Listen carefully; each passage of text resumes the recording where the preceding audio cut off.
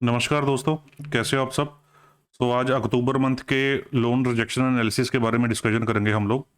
तो again disclaimer मैं देना चाहूँगा कि ये जो फाइल्स के बारे में यहाँ पे डिस्कशन होने जा रही है, तो वो फाइल्स ज़रूरी नहीं है कि मैंने खुद ने देखी हूँ, वो किसी और ने भी देखी हो सकती हैं, किसी और बैंक में, किसी और ऑर्गेनाइजेशन में, किसी और मंथ के साथ रिलेटेड भी हो सकती हैं।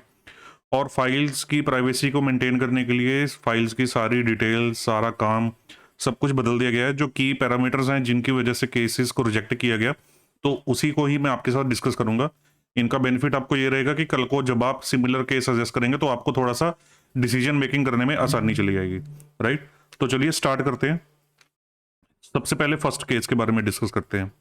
इस केस में पर्सन का काम क्या था? मैन्युफैक्चरिंग ऑफ गारमेंट्स का, गारमेंट्स बनाने का काम करता था क्लाइंट।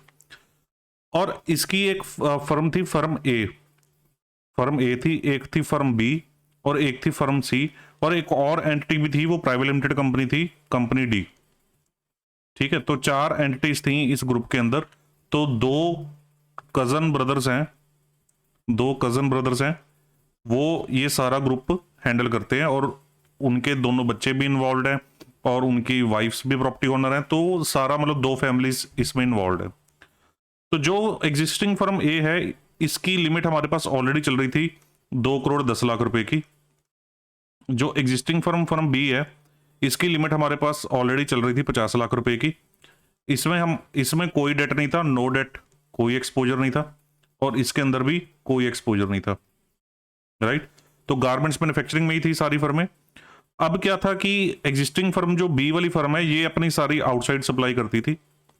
आउटसाइड सप्लाई, जो भी माल ये बनाती थी सारा बाहर बेचती थी। ये एंटिटी भी सेपरेटली अपना आउटसाइड सप्लाई करती है, इसमें भी कोई डेट नहीं है। तो खैर ये कहीं से फंडेड भी नहीं है, ना हमारे पास इसका कोई रिलेशनशिप था। ठीक है, अब ये जो दोनों लिमिट्स हमारे पास चल रही थी 2 करोड़ 10 लाख और 50 लाख रुपए की, ये दोनों का एक्सीलेंट बैंकिंग कंडक्ट था, कोई इशू नहीं था उसके अंदर। जो कोलेट्रल थी हमारे पास, वो कोलेट्रल थी इंडस्ट्रियल प्रॉपर्टी, जिसकी वैल्यू थी लगभग 3.5 करोड़ रुपए। तो हमने 2 करोड़ 10 लाख प्लस 50 लाख, यानी कि 2 करोड़ 60 लाख रुपए का एक्सपोजर दिया हुआ था 3.5 करोड़ रुपए की कोलेट्रल के अगेंस्ट। ठीक है, तो हमारे पास कोलेट्रल कवर भी, मतलब प्रॉपर्टी के ऊपर मार्जिन भी अच्छा खासा था। ठीक है, तो इस फर्म में तो कोई इशू नहीं था, चैलेंज नहीं था, तो ये फर्म तो हमारी क्लीन थी, इसको तो साइड पे रख देते हैं। अब बात करते हैं इस फर्म की, एग्जिस्टिंग फर्म ए। तो इस फर्म में हमने ये 2 करोड़ 10 लाख की फंडिंग 2022 में करी थी। तो उस समय क्लाइंट की टर्नओवर जो थी, वो थी अराउंड 7 करोड़ के करीब। ठीक है, तो क्लाइंट ने प्रोजेक्ट किया था कि भाई जो मैं अपनी टर्नओवर 31/3/22 की टर्नओवर 7 करोड़ थी, जो उसने प्रोजेक्ट किया था कि 31/3/23 में मैं अपनी टर्नओवर लगभग 12 करोड़ के करीब करूंगा, और उसके लिए इसने हमसे 2 करोड़ 10 लाख की लिमिट अवेल की। ठीक है, अब इसमें कैच क्या था कि एग्जिस्टिंग फर्म ए अपना जो माल बनाती थी ना, वो सारा का सारा माल बेचती थी फर्म सी को, full sales to firm C. और फर्म सी में कोई डेट है नहीं, सी फर्म को सारी सेल करती थी, और जो ये सी फर्म थी, ये सारा एक्सपोर्ट करती थी प्रोडक्ट। ये एक्सपोर्टर एंटिटी थी। ये जो गारमेंट्स थी एक्सपोर्ट करती थी दुबई में, अमेरिका में, यूरोप में। टोटल जो ये सेल करती थी, सिर्फ कुल मिला के 4 पार्टीज को ही सेल करती थी ये सारा माल। 4 पार्टीज ही थी इसके पोर्टफोलियो में। तो ए फर्म की 100% सेल फर्म सी को, और सी आगे क्या करती थी, एक्सपोर्ट करती थी, और सी फर्म में कोई डेट नहीं था। तो यहां पे इसने 12 करोड़ की प्रोजेक्शन देके 2 करोड़ 10 लाख रुपए का हमसे एक्सपोजर ले लिया। इसमें इस फर्म में कैपिटल भी अच्छी खासी इन्वेस्टेड थी, 3 करोड़ रुपए की कैपिटल क्लाइंट की इन्वेस्टेड थी। राइट, तो सितंबर मंथ में इस फर्म का रिन्यूअल आया, सितंबर मंथ में रिन्यूअल आया। तो हमने पाया कि इसकी 12 करोड़ की प्रोजेक्शन अचीव नहीं हुई, इसकी सेल अचीव हुई सिर्फ 7.5 करोड़ रुपए की, और करंट ईयर की सेल्स में भी 10% डिप नजर आ रहा था। जो ये तो 31/3/23 में अचीवमेंट है ना, 31/3/23 यानी कि 22-23 फाइनेंशियल ईयर में, जिसमें इसने 12 करोड़ का वादा किया था, तो उसके अगेंस्ट इसने अचीव किया सिर्फ 7.5 करोड़ रुपए। और करंट ईयर में 1 अप्रैल 2023 से लेकर 30 सितंबर 2023 तक की भी जो सेल हुई थी, उसमें भी 10% डिप नजर आ रहा था। किससे डिप नजर आ रहा था? 1/4/2023 से लेके 30 सितंबर 2023 तक उसने जितनी भी सेल की, अगर उसको कंपेयर करें पिछले साल के सेम पीरियड के साथ, 1/4/2022 से 30 सितंबर 2022 तक, ये देखने के लिए कि पिछले साल सेम पीरियड में उसने कितना काम किया और इस साल उसी पीरियड में कितना काम किया, तो हमने पाया कि इस साल वो उल्टा 10% डिप पे जा रहा था। ठीक है, तो इसके रिन्यूअल में हमें थोड़ा कंसर्न था। और सेकेंडली हमें ये कंसर्न हो रहा था कि एग्जिस्टिंग फर्म ए के जो सारे डेटर्स हैं वो एग्जिस्टिंग ये फर्म सी के हैं, क्योंकि ए फर्म सारा माल सी को बेचती है। तो आउटसाइड सेल तो फर्म सी से होती है, सी फर्म से सेल होती है। तो सेल्स टीम ने प्रपोज किया कि क्यों ना हम ये जो लिमिट है 2 करोड़ 10 लाख की, इसकी पार्शियल लिमिट जो है हम सी फर्म में ट्रांसफर कर दें, क्योंकि सी फर्म में एक्सपोर्ट की सेल है और यहां पे हम ओडी लिमिट देने की जगह उसको पैकिंग क्रेडिट लिमिट दे देंगे, पैकिंग क्रेडिट लिमिट दे देंगे। ठीक है, तो ये चीज हमने उसने प्रपोज की सेल्स टीम ने। तो उन्होंने बोला कि भाई इस फर्म में आप 1.5 करोड़ रुपए की लिमिट जो है वो शिफ्ट कर दो, 1.5 करोड़ की लिमिट शिफ्ट कर दो। तो यानी 2 करोड़ 10 लाख रुपए में से 1.5 करोड़ की लिमिट इसमें शिफ्ट कर दो, तो यहां पे कितनी बची रह जाएगी? 60 लाख की लिमिट, 60 लाख की लिमिट यहां पे, 50 लाख की लिमिट यहां पे और 1.5 करोड़ की यहां पे। तो टोटल 2 करोड़ 10 लाख, टोटल अपना 2 करोड़ 60 लाख रुपए की फंडिंग इंटैक्ट रहेगी तीनों फर्मों में और प्रॉपर्टी भी हमारे पास सेम लेवल पे कंबाइन रहेगी। तो ये फैक्ट देके हमें केस को प्रपोज किया गया। अब जब हमारे पास प्रपोजल आया तो हमने इसमें चीजें चेक की, तो हमने पाया कि भाई ये तो पिक्चर हमें दिखाई गई है। एक्चुअल में क्या था कि जो फर्म ए और फर्म बी थी, फर्म ए फर्म बी में ये दोनों कजन ब्रदर्स या इनके फैमिली मेंबर्स पार्टनर्स थे साथ साथ में। ठीक है, और जो फर्म सी थी ये एक ही कजन ब्रदर की थी, एक कजन ब्रदर की थी। तो जब हमने बोला टेस्ट करने के लिए क्लाइंट को कि भाई आप सर इसमें लिमिट लेने जा रहे हो, हमें डर था कि क्योंकि ये एक ही कजन ब्रदर की है तो वो बोलेगा कि भाई इसमें आप दूसरे बंदों की गारंटी क्यों ले रहे हो, दूसरे भाइयों की गारंटी क्यों ले रहे हो, तो मेरी ही फर्म है। हमने ऐसे ही उसको चेक करने के लिए बोला कि भाई सर आपकी जो इन फर्म में आपके दूसरे कजन ब्रदर्स की भी गारंटी है, तो वो गारंटीज हम सारी कंटिन्यू करेंगे इस फर्म में भी। ठीक है, तो हमने ऐसे ही पूछा उससे, तो उसने बात बात में बोल दिया कि भाई हमारी तो सेपरेशन हो रही है, तो सेपरेशन हो रही है, तो सेपरेशन की वजह से हम अलग अलग हो रहे हैं, तो इसी वजह से हम लिमिट शिफ्ट करवा रहे हैं। तो देखो पहले पिक्चर क्या थी, अब पिक्चर क्लाइंट के एंड से जब बात की तो क्लाइंट ने क्या पिक्चर बताई कि क्यों वो लिमिट शिफ्ट करवाना चाहते हैं दूसरी फर्म में। तो उनका कोई सेपरेशन का मैटर था, कुछ एसेट्स एंड लायबिलिटीज को सेट ऑफ करना था। अब इस फर्म में चाहे लिमिट हमने 2 करोड़ 10 लाख की दी हुई थी 7.5 करोड़ की सेल्स के अगेंस्ट, पर इसमें 3 करोड़ की कैपिटल भी इन्वेस्टेड थी। जब इस फर्म के फाइनेंशियल्स मेरे पास आए, इस फर्म के फाइनेंशियल्स मेरे पास आए, तो मैंने चेक किया कि इसके खुद की कैपिटल थी यहां पे, जो एक कजन ब्रदर था 45 लाख रुपए, plus unsecured loan family member से लिए हुए थे 5 लाख रुपए के, तो ये टोटल हो गया 50 लाख रुपए। और एसेट साइड पे लोन एंड एडवांसेस पे इसने इस फर्म को भी 33 लाख रुपए डाइवर्ट किए हुए थे, जो कि 2-3 साल से स्टेगनेंट ही खड़े थे, सेम लेवल बैलेंस पे ही खड़े थे।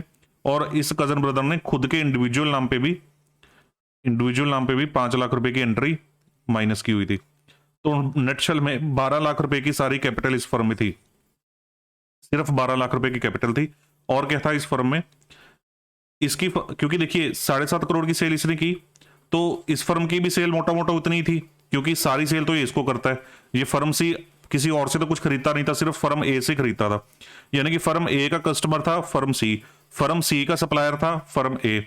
ठीक है, तो फर्म सी की बुक्स में 8 करोड़ की सेल थी 2023 की, और इसकी भी करंट ईयर की 10% डिप थी, जैसे इसकी 10% डिप दिख रही थी, क्योंकि ये सारा माल इसी को बेचता है। तो अगर इसकी सेल अब बाहर की कम है तो ऑब्वियसली इसकी सेल भी कम होगी, तो इसकी सेल 10% डिप भी थी करंट ईयर की। 8 करोड़ की सेल के अगेंस्ट इस फर्म में, फर्म ए के, इस फर्म के 6 करोड़ रुपए के क्रेडिटर्स खड़े थे, 6 करोड़ रुपए के क्रेडिटर्स खड़े थे 8 करोड़ की सेल के अगेंस्ट फर्म ए के। और 8 करोड़ की सेल के अगेंस्ट इस फर्म में जो ये फॉरेन पार्टी को एक्सपोर्ट करता था, फॉरेन पार्टियों के डेटर्स स्टैंड कर रहे थे लगभग 6.5 करोड़ रुपए के, 6.5 करोड़ रुपए के डेटर्स स्टैंड कर रहे थे। और स्टॉक नील था, स्टॉक था ही नहीं, जीरो स्टॉक बैलेंस शीट में रिपोर्टेड था। तो बाद में बात करके पता चला कि ये सिर्फ मर्चेंट एक्सपोर्टर है, बाहर से लेता है, बनवा के लेता है और सीधा सीधा एक्सपोर्ट कर देता है, और खुद के पास कोई भी स्टॉक नहीं रखता। तो कायदे की बात ये थी कि 8 करोड़ की सेल के अगेंस्ट 6 करोड़ के क्रेडिटर्स और 6.5 करोड़ के डेटर्स, इतना लंबा साइकिल। और 6 करोड़ के क्रेडिटर्स में कौन सी पार्टी थी? फर्म ए। फर्म ए को ही देने ना भाई सारे पैसे इसने, क्योंकि 100% परचेज किससे है, फर्म ए से ही। तो डेटर्स थे 6-6.5 करोड़ रुपए के। कैपिटल मैंने आपको ऑलरेडी बता दिया कि खाली 12 लाख रुपए की थी। अब आप देखिए बैलेंस शीट की लायबिलिटी साइड पे अगर 6 करोड़ रुपए के तो खाली क्रेडिटर्स ही हैं, 6 करोड़ के अगर क्रेडिटर्स ही हैं तो 12 लाख रुपए की नेट कैपिटल है, तो आपकी लीवरेज रेशो कहां पे पहुंच गई। अगर खाली मैं क्रेडिट, अभी तो बैलेंस शीट पे और भी आइटम्स होती हैं, अगर मैं खाली क्रेडिटर्स पे ही बात करूं तो 6 करोड़ रुपए के क्रेडिटर्स थे, तो ये 12 लाख रुपए, तो आपकी ये 6 crore divide by 12, 6 crore divide by 12 करके देखिए आप कितना बनता है। मैं अभी कैलकुलेटर पे करके देखता हूं।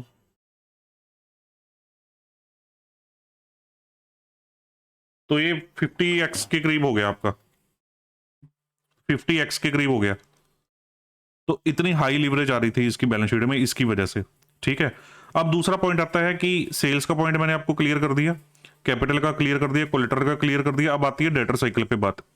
अब डेटर साइकिल में क्या था कि मैंने इन जो ये 4 पार्टियां थी, इन चारों पार्टीज के लेजर काउंट मंगवाए, लेजर काउंट मंगवाए 2-2 साल के। भाई 4 पार्टियां आई हैं तो लेजर काउंट दिखा दो, इतना लंबा साइकिल चल रहा है। तो लेजर काउंट में हमने पाया कि एवरेज उनको जो रीपेमेंट आ रही थी पार्टी से, वो 10 से 12 महीने में रीपेमेंट क्लियर हो रही थी।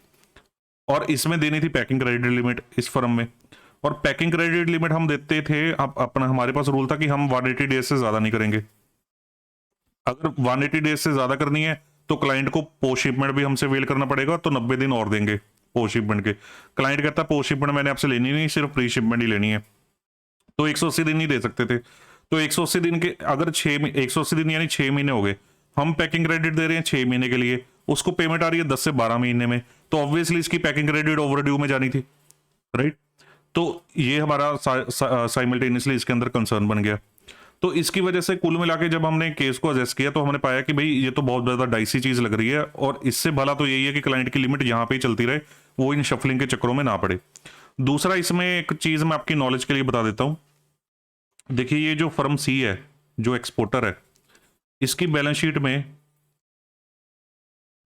शीट में फर्म ए के क्रेडिटर्स हैं 6 करोड़ रुपए के। अब जो फर्म ए है, फर्म ए की बैलेंस शीट में लिमिट आ रही है बैंक की 2 करोड़ 10 लाख रुपए की, और इसके डेटर्स हैं 6 करोड़ रुपए के। ठीक है, 6 करोड़ के डेटर्स हैं। तो अब इसमें क्या होगा कि अब देखिए, अब ये लिमिट यहां से शिफ्ट करके यहां पे लेके आनी है कितने की, 1.5 करोड़ रुपए की, और यहां पे ये कितनी रह जाएगी, 60 लाख रुपए की।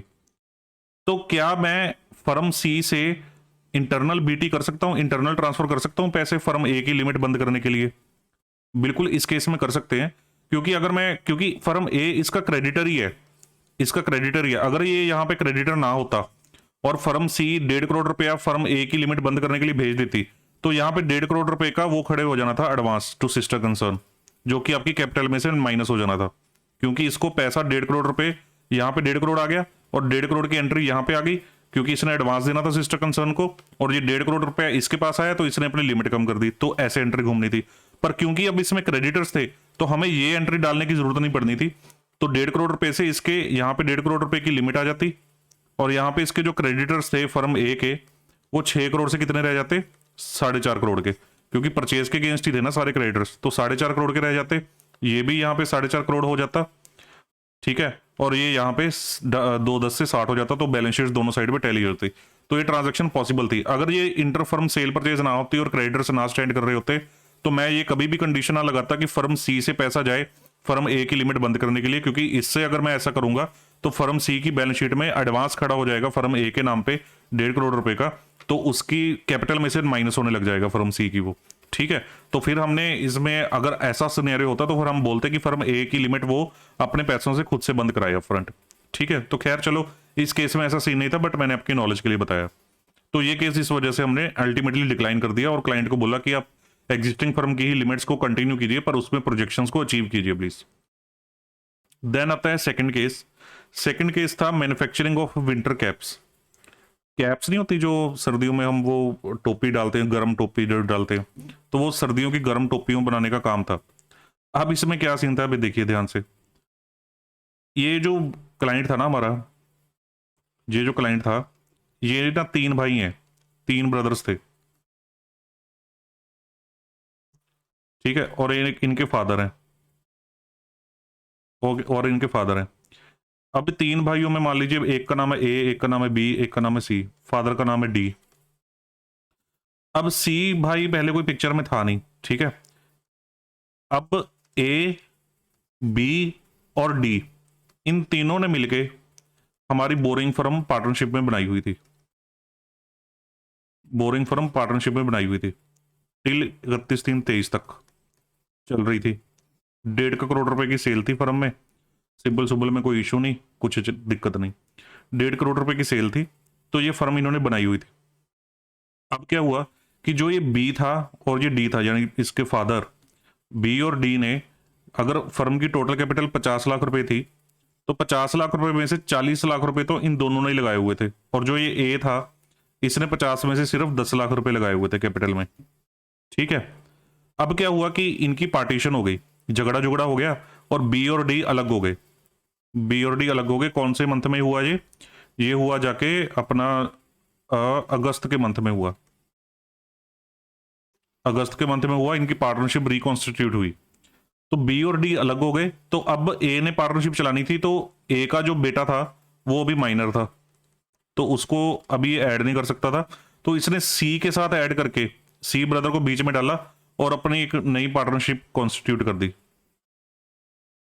पार्टनरशिप कॉन्स्टिट्यूट कर दी सी को साथ में मिला के, ठीक है। तो ये अभी मैनेजमेंट में चेंज आ गया, तो मार्केट रेफरेंस से हमें पता चला कि ए तो बिजनेस में बहुत ज्यादा इन्वॉल्व था ही नहीं, ये तो सारा बिजनेस बी और डी संभाल के बैठे हुए थे, ठीक है। तो रिसेंट पार्टनरशिप चेंज हुआ, तो मैनेजमेंट चेंज था रिसेंट, तो वो हमारे लिए एक कंसर्निंग पॉइंट बन गया केस के अंदर।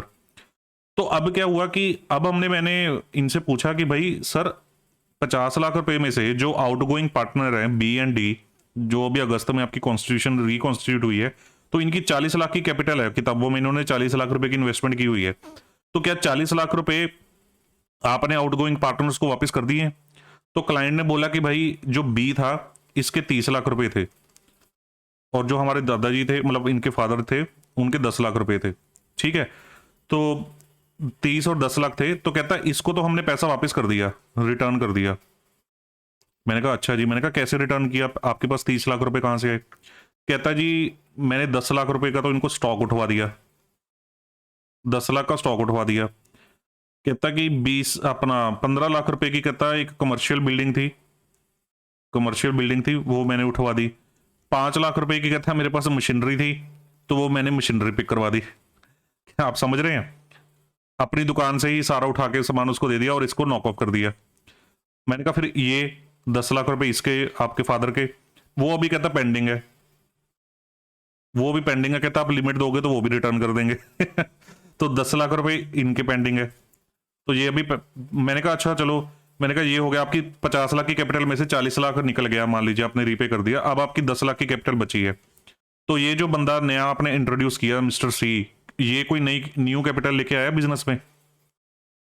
कहता नहीं जी, ये तो कैपिटल लेके नहीं आया, ये तो 1 रुपया बस शगुन का इसने डाला है, ये तो मैंने अपनी फंसने की वजह से मैंने इसको ऐड करवा लिया। मैंने कहा फिर तो आपकी कैपिटल ही बहुत ड्रेस्टिकली डिप हो गई बिजनेस के अंदर, और आपने बी को भी रीपेमेंट करने के लिए अपनी बिजनेस का क्रिटिकल जो सामान था वो सारा पिक करवा दिया, ठीक है। और उसके बाद आपको अभी डी को पेमेंट करनी बाकी है, उसके लिए आप लिमिट की डिमांड कर रहे हैं कि हमें लिमिट फंडिंग दोगे तो हम डी को पेमेंट कर पाएंगे, नहीं तो आपके पास पेमेंट करने को पैसा है ही नहीं, राइट। तो ये इशू, कैपिटल का चैलेंज, ठीक है। देन आ गई प्रॉपर्टी रिलीज की बात। इसकी एग्जिस्टिंग बैंक से 30 लाख की लिमिट चल रही थी, 1.5 करोड़ की सेल थी, तो हमसे डिमांड कर रहा था 50 लाख की लिमिट, जिसमें से ऑब्वियसली इसने 10 लाख रुपए तो अपने फादर को ही देने थे, ठीक है। तो वो तो बातों बातों में समझ आ ही गया था। अब पता चला कि जो ये प्रॉपर्टी, इसकी 30 लाख की लिमिट जो चल रही है, ये चल रही है इसकी रेजिडेंशियल प्रॉपर्टी के अगेंस्ट, ठीक है, रेजिडेंशियल प्रॉपर्टी के अगेंस्ट। तो हमने कहा ये रेजिडेंशियल प्रॉपर्टी के अगेंस्ट है, तो आप हमें कौन सी प्रॉपर्टी दे रहे हो? कहता नहीं जी, रेजिडेंशियल प्रॉपर्टी तो मैं आपसे रिलीज करवा रहा हूँ। मैंने कहा रिलीज क्यों करवा रहे हो प्रॉपर्टी? कहते वो मेरे फादर के नाम पे है प्रॉपर्टी, और हमारी सेपरेशन हो चुकी है, और फादर वो प्रॉपर्टी हमें मॉर्गेज करने देंगे नहीं, तो हम ये प्रॉपर्टी आपको नहीं दे सकते। मैंने कहा फिर आप कौन सी प्रॉपर्टी दोगे? तो कहता मैं अपना जो यूनिट है, यूनिट वाली प्रॉपर्टी आपको दूंगा, ठीक है, जहां पे मेरा काम चल रहा है, ये मैन्युफैक्चरिंग करने का, स्टॉकिंग करने का। मैंने कहा अच्छा। कहता वो कमर्शियल प्रॉपर्टी है। तो आप कहता बढ़िया प्रॉपर्टी है तो वो प्रॉपर्टी आप ले लेना। मेरे को लगा कमर्शियल प्रॉपर्टी है, चलो ठीक है। फिर मैं यूनिट विजिट करने गया, और यूनिट विजिट करने पे भाई साहब हालत ऐसी थी उस प्रॉपर्टी की कि ऐसा लग रहा था कि अगर धक्का मारोगे तो गिर जाएगी प्रॉपर्टी।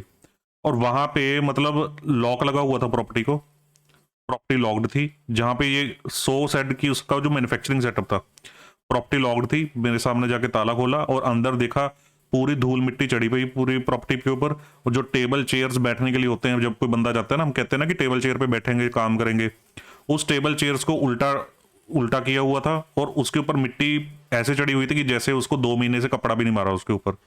तो देख के साफ समझ आ रहा था कि ये कभी घुसते ही नहीं है इस बिल्डिंग के अंदर। और बिल्डिंग की हालत भी बिल्कुल खराब। ठीक है, तो यूनिट विजिट बिल्कुल ही डिससेटिस्फैक्टरी, बिल्कुल ही खराब। ठीक है, और मजे की बात बताता हूं। इनकी 14 अगस्त को ये पार्टनरशिप का सारा फैसला हुआ। 14 अगस्त से लेके अभी 20 अक्टूबर तक भाई साहब ने कोई बैंक का अपना ये जो पुरानी कॉन्स्टिट्यूशन थी इसका इन्होंने अकाउंट बंद कर दिया था किसी कारण से। इन्होंने कोई करंट अकाउंट, कोई अकाउंट खोला ही नहीं था। लिमिट अकाउंट में कोई ट्रांजैक्शन नहीं कर रहे थे, कोई अकाउंट इन्होंने खोला नहीं। और जिसके अंदर ये ट्रांजैक्शन कर रहे हो, लिमिट अकाउंट के अंदर ट्रांजैक्शन जीरो कर दी। ऑब्वियसली कोई बैंक के पास कोई ना कोई इनका क्लेश पड़ा होगा, किसी ने, कोई भाइयों ने कंप्लेंट कर दी होगी कि भाई हम अलग हो गए हैं, हमारी प्रॉपर्टी रिलीज करो, तो ऐसा वैसा कुछ ना कुछ हुआ होगा। तो लिमिट वहां पे स्टॉप होगी। कोई अकाउंट मेंटेन नहीं किया, कोई करंट अकाउंट मेंटेन नहीं किया। तो पूछा कि भाई आप अपनी सेल परचेज कैसे कर रहे हो? कहता जी आउट ऑफ बुक्स कर रहे हैं, आउट ऑफ बुक्स कर रहे हैं। ठीक है, फिर उसके बाद अगस्त के महीने में इसकी बुक्स में, इसकी बैंक स्टेटमेंट में बड़ी बड़ी जमा की एंट्री आ रही थी। 18 लाख जमा हो गए, 20 लाख जमा हो गए, ठीक है, फिर 15 लाख जमा हो गए। ऐसे करके जमा की एंट्री आई अगस्त के महीने में। और सेम सेम डे पे ये आउट हो गई, निकल गई किसी पूजा नाम की पार्टी को। ठीक है, ये पूजा इंपैक्ट्स कोई मतलब ऐसे मतलब हाइपोथेटिकल नेम है, ऐसे किसी पार्टी को निकल गई। तो मैंने पूछा कि ये एंट्री सर 18, 20 लाख, 15 लाख की जो पेमेंट्स आपको सडन आई हैं, आपकी 12 महीने की बैंक स्टेटमेंट जो हमने चेक की है पिछली, उसमें तो कभी भी इतनी मोटी पेमेंट का ट्रेंड नहीं है। आपको तो सिर्फ कैश डिपॉजिट्स ही पेमेंट आते हैं, कोई 10,000 जमा करा दिए, कोई 40,000 जमा करा दिए, 50,000 जमा करा दिए। ये सडन इतनी बड़ी अमाउंट की पेमेंट कहाँ से आ गई? वो कहता जी वो तो हमने एंट्रियां घुमाई थी, एक बार क्रेडिट लिया, सेम एक ही पार्टी से क्रेडिट लिया, सेम डे उसी पार्टी को निकाल दिया। ये तो हमने शोबाजी के लिए, हमारे अकाउंटेंट ने बोला था तो हमने उस वजह से दिखा दी, तो खुद ही बोल दिया उसने। तो इन सारी रीजंस की वजह से इस केस को हमने ऑल टुगेदर टोटली डिक्लाइन कर दिया, और बनता भी था। आप जो ये चीजें देख रहे हैं, जो चीज समझ रहे हैं इस वीडियो के अंदर, आप प्लीज मेरे को, अगर आपका कोई डिफरेंट ओपिनियन है या आप कुछ वैल्यू एडिशन कुछ बताना चाहते हैं, कुछ और इसके अंदर आप पॉइंट डिस्कस करना चाहते हैं, या आप कुछ पॉइंट रखना चाहते हैं अपना, तो बेफिक्र होकर जरूर इसमें बताइए, ताकि हमारी ऑडियंस को भी फायदा हो, मेरे को भी कुछ एडिशनल पता लगे, या मैं आपकी शायद हो सकता है किसी चीज में हेल्प कर पाऊं। तो कमेंट बॉक्स में जरूर बताइएगा। तो चलिए नेक्स्ट केस की तरफ, थर्ड केस की तरफ चलते हैं। कपड़े की ट्रेडिंग का काम था बंदे का। ठीक है, तो क्या हुआ था कि ये जो फर्म थी वो रिसेंटली स्टार्ट की गई थी 2 बेटों के द्वारा। रिसेंटली का स्टार्ट का मतलब ये 2022-23 में स्टार्ट की थी फर्म। ठीक है, तो कपड़े की ट्रेडिंग करता था। तो कपड़े की ट्रेडिंग में कोई स्पेशलाइजेशन नहीं थी, एक ये चीज का याद रखना है। नॉर्मल कपड़ा ही था जो हम जैकेटों में वगैरह में लगता है, नॉर्मल कपड़े की ट्रेडिंग ही थी। तो ये याद रखना है आपको कि हम फंडिंग जो कर रहे हैं वो लुधियाना लोकेशन में कर रहे हैं, और लुधियाना टेक्सटाइल का हब है इंडिया का। टेक्सटाइल के बंदों की कमी नहीं है यहाँ पे, होजरियों की कमी नहीं है, हर घर में होजरी टाइप माहौल है। ठीक है, तो वहां पे ये बंदा ट्रेडिंग ऑफ क्लोथ करके बैठा हुआ है, और कहता है कि मैं किसी ट्रेडर से खरीदता हूं और आगे मैन्युफैक्चरर्स को दे देता हूं कपड़ा। हमने कहा बड़ा स्ट्रेंज बिजनेस मॉडल है सर आपका। या तो आप कपड़ा मतलब कोई ऐसी जगह से इंपोर्ट कर रहे हो और मैन्युफैक्चरर को दे रहे हो कि उन मैन्युफैक्चरर्स को कहीं और से मिलता नहीं, आप खरीद भी ट्रेडर से रहे हो। ठीक है, वो ट्रेडर भी आगे किसी मैन्युफैक्चरर से खरीदता होगा। ठीक है, तो आप भी आगे ट्रेडर से ले रहे हो, आप खुद भी ट्रेडर हो, और उसके बाद आप मैन्युफैक्चरर को दे रहे हो। तो ये ट्रेडर भी कहता लुधियाना के हैं और ये मैन्युफैक्चरर्स भी लुधियाना के हैं। मैंने कहा बड़ी हैरानी वाली बात है सर, लुधियाना कोई बहुत बड़ा शहर तो है नहीं, ये मैन्युफैक्चरर से डायरेक्टली इस ट्रेडर से, या ये ट्रेडर जिससे ले रहा है, ये मैन्युफैक्चरर डायरेक्टली उससे बात करके मटेरियल क्यों नहीं ले लेता? या तो ये हो कि आप कोई ऐसा स्पेशलाइज्ड क्लॉथ दे रहे हो जिसकी स्कैर्सिटी इतनी है, रेयरिटी इतनी है कि वो कहीं मिलता ही नहीं है, किसी के पास होता ही नहीं है, कि आपके पास ही होता है। फिर तो समझ में आया कि आपके पास ही आना पड़ता है। ठीक है, तो आपका तो बिल्कुल जनरल क्लॉथ है, आप खुद ट्रेडर से ले रहे हो, आप मैन्युफैक्चरर को दे रहे हो, तो वो तो मैन्युफैक्चरर आपको कभी भी डिलीट करके आपको आउट कर सकता है पूरी ट्रांजेक्शन में से। तो वो चुप हो गया। बिजनेस यूनिट में लॉक लगा हुआ था जब हम गए, और लॉक खोल के देखा तो स्टॉक था ही नहीं। मैंने कहा स्टॉक नहीं है सर, वो स्टॉक तो हमारा ट्रांजिट में रहता है, जब आता है तो हम भेज देते हैं। मैंने कहा बुक्स में तो आपने दिखाया हुआ है कि आप स्टॉक कैरी करते हैं। कहता है जी वो तो बुक्स में दिखाया हुआ है, पर वैसे हम एक्चुअल में कैरी नहीं करते स्टॉक। ठीक है, तो बिजनेस स्टार्ट हुआ 2022-23 में। देखा कि सेल्स अचानक अच्छी खासी कर दी, 4-5 करोड़ की सेल्स पे ले गया। हमने कहा यार इतनी जल्दी सेल्स पे कैसे ले गया। ठीक है, मैंने भी थोड़ी सी जानकारी जुटाने की कोशिश की। ये दोनों भाई जो थे, दोनों भाई जो थे, ये यंग थे, मतलब 27-28 साल के। तो सोशल मीडिया प्रोफाइल इनकी होती है। तो सोशल मीडिया प्रोफाइल मैंने फेसबुक पे, लिंक्डइन पे इनको सर्च करने की कोशिश की काफ़ी। तो मेरे को फेसबुक पे इनकी आईडीज मिल गई। फेसबुक पे आईडी मिल गई तो इन्होंने अपनी आईडी पे ऑब्वियसली लॉक नहीं लगाया हुआ था। तो वहां पे से पता चला कि इनके फादर का एक बिजनेस है, एक अलग फर्म है, सेपरेट फर्म है इनके फादर की। तो ये सब मैं विजिट पे जाने से पहले चेक करके गया था। उसमें फादर ने अपने वर्क में उस बिजनेस यूनिट का नाम डाला हुआ था। ठीक है, फादर का नाम मुझे इनके केवाईसी से पता लग गया था। तो फादर का सेपरेट बिजनेस था। तो मुझे पता चल गया कि ये 2022-23 में इन्होंने बिजनेस स्टार्ट किया है। तो इससे पहले इनका बैकग्राउंड है, इनकी हिस्ट्री है। तो ऑब्वियसली उस हिस्ट्री में इनके फादर का भी टेक्सटाइल बिजनेस है, तो उसके फादर ने ही इनको हेल्प की है ये सारा बिजनेस स्टार्ट करने में। तो फादर साहब के बिजनेस के बारे में मैंने बात की तो ये चुप हो गए। कहते कि वो तो बिल्कुल सेपरेट है जी, उनके साथ तो आपका कोई लेना देना होना ही नहीं चाहिए, आप उनकी बात ही क्यों कर रहे हैं, ये वो ऐसे करके कहते उनका हमारे साथ कोई लेना देना नहीं है, ऐसे करके बात करने लगे। तो मैंने क्या किया, मैंने कहा नहीं सर, हमें उनका डिड्यूप्स तो चेक करने ही पड़ेंगे आपकी फादर की फर्म के, हमारी नॉलेज के लिए, क्योंकि आपका इसका विंटेज बहुत लोअर साइड पे है, आपका मेन बिजनेस फैमिली का यही वाला था, पुराने वाला। तो हमें इसका डिड्यूप तो सिबिल तो देखना ही पड़ेगा। कहते हैं सिबिल तो आप देख लेना, पर उसमें अगर कुछ आपको इशू लगे तो वो उसको हमारे लोन के साथ लिंक मत करना, हमारा अपने फादर के साथ कोई लिंक नहीं है। भाई देखो ऐसा कभी होता है, ये दोनों बच्चे इतनी यंग एज पे ये बिजनेस बिना फादर के थोड़ी स्टेब्लिश कर लेंगे। वही हुआ, फादर का फर्म का सिबिल किया तो वो सिबिल बुरी तरह से डिस्ट्रॉयड टाइप सिबिल आप लगा लीजिए, कि सारे उसके जो लोन्स थे फादर के, दूसरे बैंकों की लिमिटें थी, वो सारी एनपीए सबस्टैंडर्ड हो रखी थी। ठीक है, फिर एक और कंसर्न भी था, बिजनेस में दोनों भाइयों ने कैपिटल ही बहुत कम डाली हुई थी, जिसकी वजह से लीवरेज रेशो बहुत ज्यादा आ रही थी। फिर उसके बाद एक और लास्ट पॉइंट, कि इन्होंने अपने बिजनेस में बहुत रिसेंटली अनसिक्योर्ड बिजनेस लोन उठा लिए। पता नहीं देने वाले बैंक्स भी क्या सोच के देते हैं, अनसिक्योर्ड बिजनेस लोन्स उठा लिए। और अनसिक्योर्ड बिजनेस लोन्स इनके कंपनी के सिबिल में नहीं आ रहे थे, इनके इंडिविजुअल सिबिल में आ रहे थे। इंडिविजुअल सिबिल में जब इंडिविजुअल सिबिल से आए तो मैंने देखा कि इनकी कैपिटल का बैलेंस भी बहुत बढ़ गया है। तो मेरे को डाउट हुआ कि इन्होंने ये बीएल्स जो हैं ये अपने इंडिविजुअल नाम पे उठाए हैं, अपने सेविंग खातों में इनकी डिसबर्समेंट ली है।